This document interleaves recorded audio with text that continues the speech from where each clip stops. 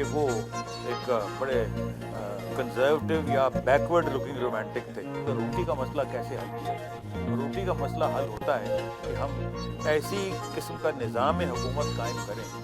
میں شاخ طاق ہوں، میری غزل ہے میرا ثمر، میرے ثمر سے میں لالا فام پیدا کر.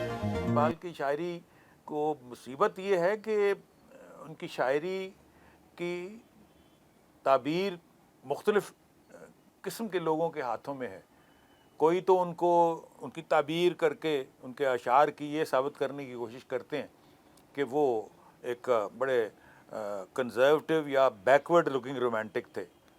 بعض یہ ثابت کرنے کی کوشش کرتے ہیں کہ وہ سوشلسٹ تھے، اور بعض اپنے طرف سے یہ کوشش کرتے ہیں کہ وہ ایک لبرل تھے، لبرل اسلامک تھنکر تھے، جو اجتہاد پر زور دے رہے تھے اور جن کا خیال تھا کہ اسلامی فقہ جو ہے وہ ایوالو ہو سکتی ہے، وہ ایک گدلے پانی کی جھیل نہیں بن گئی ہوئی.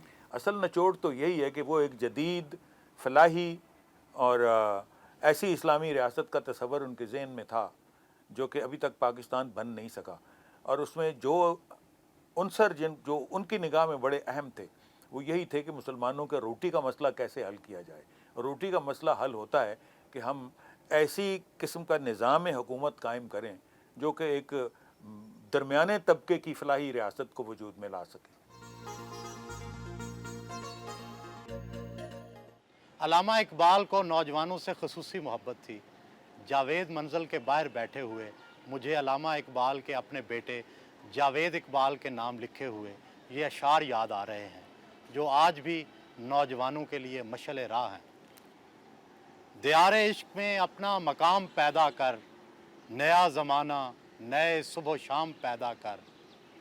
خدا اگر دل فطرت شناس دے تجھ کو، سکوت لالا و گل سے کلام پیدا کر. اٹھا نہ شیشہ گران فرنگ کے ایساں، سفال ہند سے مینا و جام پیدا کر. میں شاخ طاق ہوں، میری غزل ہے میرا ثمر، میرے ثمر سے میں لالا فام پیدا کر.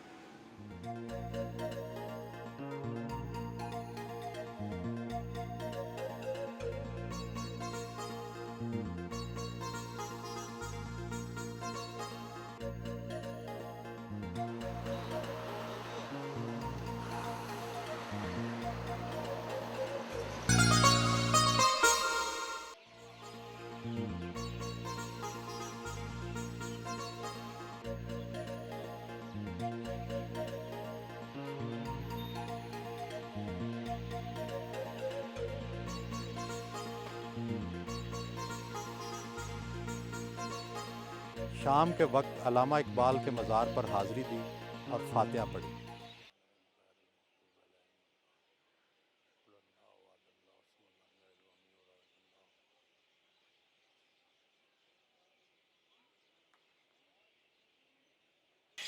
تاریخی بادشاہی مسجد کی سیڑھیوں کے پاس لیٹے علامہ اقبال شاید آج بھی زیر لب یہ دعا ضرور پڑھتے ہوں گے: جوانوں کو میری آہ سحر دے، پھر ان شاہی بچوں کو بالو پر دے. خدایا آرزو میری یہی ہے، میرا نور بصیرت عام کر دے.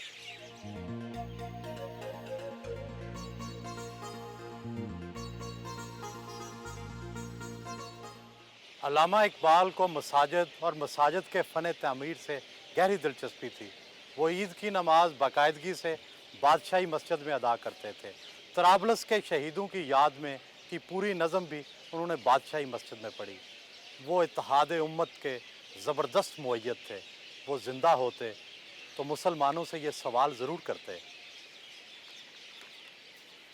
منفیت ایک ہے اس قوم کی، نقصان بھی ایک ہی سب کا نبی، دین بھی ایمان بھی ایک، حرم پاک بھی اللہ بھی قرآن بھی ایک. کچھ بڑی بات تھی، ہوتے جو مسلمان بھی ایک. فرقہ بندی ہے کہیں اور کہیں ذاتیں ہیں، کیا زمانے میں پنپنے کی یہی باتیں ہیں.